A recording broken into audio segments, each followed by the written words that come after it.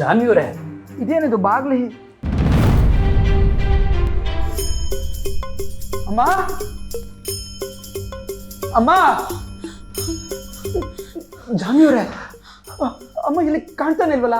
ರೀ ನಾನು ಹೊರಡುವಾಗ ಇಲ್ಲೇ ಇದ್ರು ರೀ, ಈಗ ಎಲ್ಲಿ ಹೋದ್ರು ಅಂತಾನೆ ಗೊತ್ತಾಗ್ತಿಲ್ಲ. ಅಮ್ಮ, ಜಾನ್ವಿಯವರೇ, ನೀವು ಹೊರಗೆ ಹೋಗುವಾಗ ಬಾಗಿಲು ಹೀಗೆ ಓಪನ್ ಮಾಡ್ಕೊಂಡು ಹೋಗಿದ್ರಾ?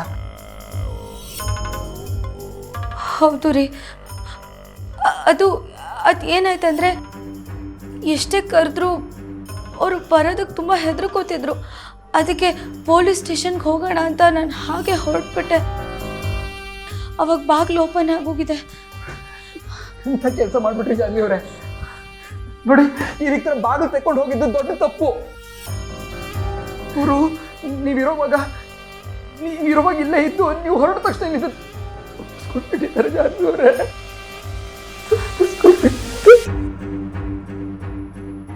ರೀ ನಂಗೆ ನಿಜವಾಗ್ಲೂ ಅವರಿಗೆಲ್ಲ ಮಾಡ್ತಾರೆ ಅಂತ ಗೊತ್ತಿರಲಿಲ್ಲ ರೀ. ಅದಕ್ಕೆ ತಾನೇ ರೂಮ್ನಲ್ಲಿ ಅವರನ್ನು ಕೂಡ ಹಾಕಿದ್ದಿದ್ದು ನಾನು. ಮುಂಚೆ ಒಂದ್ಸಲಿ ಹೀಗೆ ತಪ್ಪಿಸ್ಕೊಂಡ್ಬಿಟ್ಟಿದ್ರು ಜಾನ್ವಿಯವರೇ. ಅವ್ರು ಹುಡ್ಕೋಷ್ಟರಲ್ಲಿ ನನ್ನ ಜೀವ ಹೋಗಿತ್ತು. ಅಲ್ಲ ರೀ, ನಾನು ಕರ್ದಾಗ್ಲೇ ಬರ್ದೇ ಇದ್ದವರು ಅವರಾಗೋರೆ ಹೇಗೆ ಹೋಗಿರಕ್ಕೆ ಸಾಧ್ಯ? ಅಮ್ಮ ಎಲ್ಲಿ? ಮಾತಾಡು, ಅಮ್ಮ ಎಲ್ಲಿ? ನಿನ್ನ ಇಲ್ಲಿ ಇಡಿಸಿದ್ದಿತ್ತು ಅವ್ರನ್ನ ಕಣ್ಣಿಟ್ಟು ನೋಡ್ಕೊಂತ ತಾನೆ. ಅಮ್ಮ ಎಲ್ಲಿ ಹೇಳು?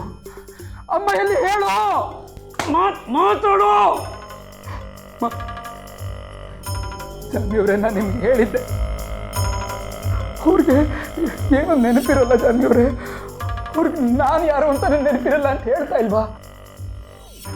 ಚಿಕ್ಕ ಮಗು ಇದ್ದ ಹಾಗೆ ಪ್ರತಿ ಸಲ ಬಂದು ಮಾತಾಡಿಸ್ದಾಗ್ಲೂ ಅವ್ರನ್ನ बहुत ಸಮಾಧಾನ ಮಾಡಬೇಕಾಗಿತ್ತು. ಏನೇ ಮಗು ಹಾಗೆ ನೋಡ್ಕೋತಾ ಇದ್ದೆ. ಈಗ ನನ್ನ ಬಿಟ್ಟು ದೂರ ಹೋಗಿದ್ದಾರೆ. ಅವ್ರಿಗಿಂತ ಪ್ರಪಂಚದಲ್ಲಿ ಹೋಗಿರೋದ್ರು ಹೆಚ್ಚು ಕಡಿಮೆ ಆದರೆ ಏನು ಮಾಡಲಿ? ಒಂದು ನಿಮಿಷ ಸಮಾಧಾನ ಮಾಡ್ಕೊಳ್ಳಿ. ಅವರು ತುಂಬ ಎಲ್ಲೂ ದೂರ ಹೋಗಿರೋಕ್ಕಾಗಲ್ಲ, ಇಲ್ಲೇ ಎಲ್ಲೋ ಅಕ್ಕಪಕ್ಕದಲ್ಲೇ ಇರ್ತಾರೆ. ಬನ್ನಿ ಹುಡ್ಕೋಣ. ನನಗೆ ತುಂಬ ಭಯ ಆಗ್ತಿದೆ. ನೀವು ಮನೆ ಬಿಟ್ಟು ಎಷ್ಟೊತ್ತಾಗಿದೆ? ಎಷ್ಟೊತ್ತು ಆಮೇಲೂ ದೂರ ಹೋಗ್ಬಿಟ್ಟಿರ್ತಾರೆ, ದೂರ ಹೋಗಿರ್ತಾರೆ. ಅವ್ರಿಗೆ ಪ್ರಪಂಚದ ಪರಿಚಯನೇ ಇಲ್ದಲ್ಲೇ ಇರೋರು, ನಿಮ್ಮನ್ನು ನೋಡಿದ್ರೇನೆ ಹೆದರ್ಕೊಳ್ಳೋರು. ಅಂಥದ್ರಲ್ಲಿ ಹೊರಗಡೆ ಜನ ನೋಡಿದ್ರೆ ಹೆದರ್ಕೊಳ್ತಾ ಇರ್ತಾರ? ನನ್ನ ಮಾತು ಕೇಳಿ, ನನಗನ್ಸಿದೆ ಅವ್ರು ತುಂಬ ಎಲ್ಲೂ ದೂರ ಹೋಗೋಕ್ಕೆ ಸಾಧ್ಯನೇ ಇಲ್ಲ ಅಂತ. ಇಲ್ಲೇ ಹತ್ರ ಇರ್ತಾರೆ, ಬನ್ನಿ ಹೋಗೋಣ. ಬನ್ನಿ. ಅಮ್ಮ, ಅಮ್ಮ, ಅಮ್ಮ, ಅಮ್ಮ.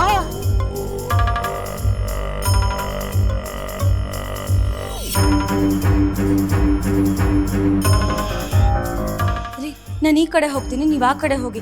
ನನಗೆ ಮೊದಲು ಸಿಕ್ಕಿದ್ರೆ ನಾನು ನಿಮಗೆ ಕಾಲ್ ಮಾಡ್ತೀನಿ. ನಿಮಗೆ ಕಾಣಿಸಿದ್ರೆ ನನಗೆ ಫೋನ್ ಮಾಡಿ. ಸರಿ ಜಾನ್ವಿಯವರೇ. ಜೋಪಾನ.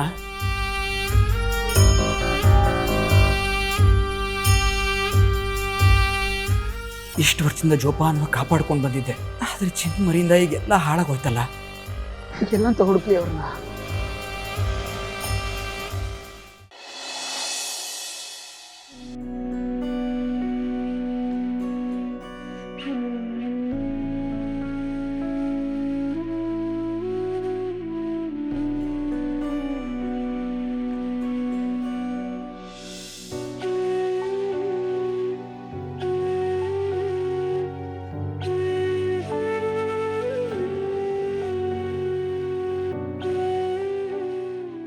ಮೇಡಮರೇ, ನಮ್ಮಕ್ಕ ನಾನು ಇಷ್ಟು ವರ್ಷದಿಂದ ನೋಡ್ತಿದ್ದೀನಿ. ಒಂದು ದಿವಸನೂ ಅವಳನ್ನ ಈ ರೀತಿ ನೋಡಿಲ್ಲ. ಯಾವಾಗಲೂ ಲವಲವಿಕೆಯಿಂದ ಸಂತೋಷವಾಗಿರ್ತಿದ್ಲು. ನಮ್ಮ ಮನೆಯಲ್ಲಿ ತರಲೆ ಮಾಡ್ತಾ ಎಲ್ಲರೂ ರೇಗಿಸ್ತಾ ಖುಷಿಯಾಗಿರ್ತಿದ್ಲು. ಆದರೆ ಈಗ ಅವಳನ್ನ ನೋಡೋಕ್ಕೆ ಆಯ್ತಿಲ್ಲ. ನಮ್ಮ ಮುಂದೆ ಏನೂ ಸಮಸ್ಯೆ ಇಲ್ಲ, ಆಗಿರೋದನ್ನೆಲ್ಲ ಮರೆತು ಖುಷಿಯಾಗಿದ್ದೀನಿ ಅನ್ನೋ ಥರನೇ ಇದ್ಲು. ಆದರೆ ಅವಳ ಮನಸ್ಸಲ್ಲಿ ತುಂಬ ದುಃಖದಿಂದ ಒತ್ತಾಡ್ತಿರೋ ಥರ ಅನಿಸಿತ್ತು. ಹೌದು ಸಿದ್ದು ಅವರೇ, ಅವಳು ನಮ್ಮ ಮುಂದೆ ಖುಷಿಯಾಗಿದ್ದಾಳೆ ಅನ್ನೋ ಥರ ನಾಟಕ ಮಾಡ್ತಿದ್ದಾಳೆ. ಇದಕ್ಕೆಲ್ಲ ಕಾರಣ ಆ ಹರೀಶಾನೆ. ಅವನೊಬ್ಬ ಸರಿ ಇದ್ದಿದ್ರೆ ಸಿಂಚನನಿಗೆ ಇವತ್ತಿಂಥ ಪರಿಸ್ಥಿತಿ ಬರ್ತಿರ್ಲಿಲ್ಲ.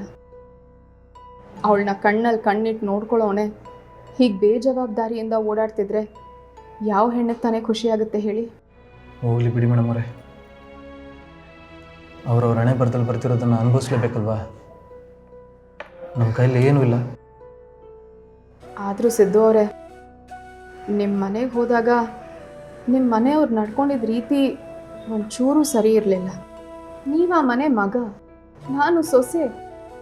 ನಾವು ಮನೆಗೆ ಹೋದರೆ ಯಾಕೆ ಬಂದಿದ್ದೀರಾ ಅಂತ ಕೇಳ್ತಾರಲ್ಲ. ನಾವಲ್ಲಿಗೆ ಏನಕ್ಕೆ ಹೋಗಿದ್ದೀವಿ ಅಂತನಾದರೂ ಅವ್ರು ಅರ್ಥ ಮಾಡ್ಕೋಬೇಕಲ್ವಾ. ಅವ್ರಿಗೆ ನಮ್ಮ ಮೇಲೆ ಪ್ರೀತಿ ಇಲ್ಲದೆ ಇರಬಹುದು, ಆದರೆ ನಮಗಿದೆಯಲ್ಲ, ಸಿಂಚನನಿಗೆ ನಮ್ಮ ಮೇಲೆ ಪ್ರೀತಿ ಇದೆಯಲ್ಲ. ಅವಳನ್ನ ಮಾತಾಡ್ಸೋಣ, ಸಮಾಧಾನ ಮಾಡೋಣ ಅಂದರೆ ಮನೆ ಒಳಗೆ ಬರಬೇಡಿ ಅಂತಾರಲ್ಲ. ಯಾಕೆ ಅವ್ರಿಗೆ ನಮ್ಮ ಮೇಲೆ ಇಷ್ಟೆಲ್ಲ ದ್ವೇಷ? ಮೇಡಮ್ ಅವರೇ, ಅವ್ರಿಗೆ ನಿಮ್ಮ ಬೆಲೆ ಏನು ಅಂತ ಗೊತ್ತಾಗೋವರೆಗೂ ಅವ್ರು ಹಿಂಗೆ ಬಿಡಿ. ನಿಮ್ಮ ಬೆಲೆ ಗೊತ್ತಾದ ದಿವಸ ಅವರೇ ಬಂದು ನಿಮ್ಮ ಹತ್ರ ಕ್ಷಮೆ ಕೇಳಿ ಮನೆ ಕರ್ಕೊಂಡು ಹೋಗ್ತಾರೆ. ಆ ನಂಬಿಕೆ ನನಗಿಲ್ಲ ಸಿದ್ದು ಅವರೇ.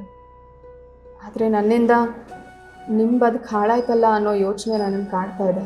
ಹಂಗೆ ಯಾಕೆ ಯೋಚನೆ ಮಾಡ್ತೀರಾ ಮೇಡಮ್ ಅವರೇ? ಹಾಗೆ ನೋಡಿದಾದ್ರೆ ನಾವು ಆ ಮನೆಯಿಂದ ಬಂದು ಒಳ್ಳೆ ಕೆಲಸನೇ ಮಾಡಿದ್ವಿ. ನಾವು ಅದೇ ಮನೇಲಿ ಇದ್ದಿದ್ರೆ ಇಷ್ಟು ಖುಷಿಯಾಗಿ ಇರ್ತಿರ್ಲಿಲ್ಲ. ಪ್ರತಿ ಕ್ಷಣ ನಿಮ್ಗೆ ಅವಮಾನ ಮಾಡೋರು, ಕಣ್ಣೀರಲ್ಲಿ ಕೈ ತೊಳೆಯೋ ಹಾಗೆ ಮಾಡೋರು. ಈಗ ನಮ್ಮ ಪ್ರಪಂಚದಲ್ಲಿ ನಾವು ಸಂತೋಷವಾಗಿದ್ದೀವಿ. ಆಗೋದೆಲ್ಲ ಒಳ್ಳೇದಕ್ಕೆ ಅನ್ನೋದು ಇದನ್ನೇ ಅಲ್ವಾ? ಆದರೂ ನಿಮ್ಮ ಅಪ್ಪ ಅಮ್ಮಯಿಂದ ನಿಮ್ಮನ್ನು ನಾನೇ ತಾನೇ ದೂರ ಮಾಡಿದ್ದು. ಆ ಪಾಪ ನನ್ನನ್ನು ಸುತ್ಕೊಳ್ಳಲ್ವಾ?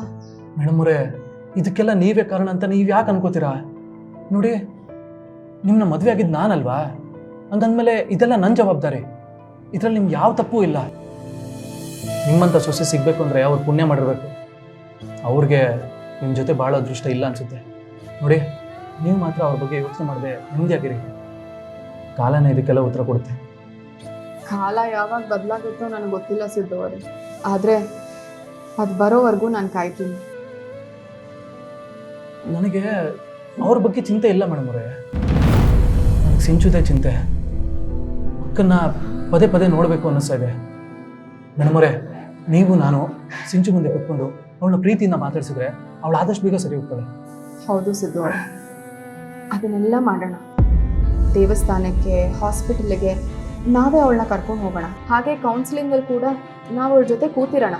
ಆಗ ಅವಳು ಸ್ವಲ್ಪ ಆರಾಮಾಗಿರ್ತಾಳೆ. ಇವತ್ತೇ ನೋಡಿದ್ರಲ್ಲ, ನೀವು ಬಂದಿದ್ದ ತಕ್ಷಣ ಹೇಗೆ ಓಡ್ ಬಂದು ನಿಮ್ಮನ್ನು ತಪ್ಕೊಂಡ್ಲು ಅಂತ. ಅದರಲ್ಲೇ ಗೊತ್ತಾಗುತ್ತೆ ಅವಳಿಗೆ ನಿಮ್ಮ ಮೇಲೆ ಎಷ್ಟು ಪ್ರೀತಿ ಇದೆ ಅಂತ. ಹೇಗಿದ್ರೂ ನಮ್ಮ ಸಹಾಯಕ್ಕೆ ಭಾವ ಇದ್ದಾರೆ.